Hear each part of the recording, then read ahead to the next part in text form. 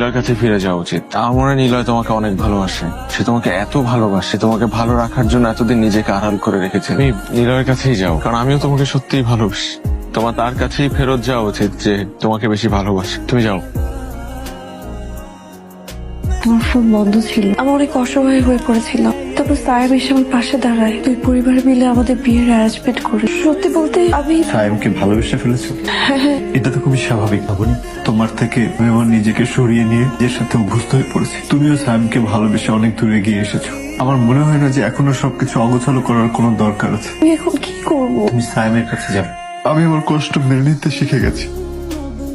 ওই পৃথিবী জীবনের এমন এক বিন্দুতে এসে আমরা তিনজন মিলেছি, যেখানে দাঁড়িয়ে কেউ কাউকে কাছেও টানতে পারছি না, দূরেও ঠেলতে পারছি না। অনেক স্বপ্ন নিয়ে এই শহরে আমি এসেছিলাম, কিন্তু অপ্রিয় শহরে প্রিয় দুইজন মানুষ রেখে গেল। তোমরা দুজনেই মহান হবার প্রতিযোগিতায় নেমেছো। মহান হতে গিয়ে তোমরা দুজনেই আমাকে ছেড়ে দিয়েছো। ভালোবাসে কেউ ধরে রাখোনি, আর তাই আমি নিজেই তোমাদের ছেড়ে চলে যাচ্ছি। ভালো থেকো তোমরা। আমার খেয়াল তো অনেক রেখেছো, এবার নিজের খেয়াল রেখো।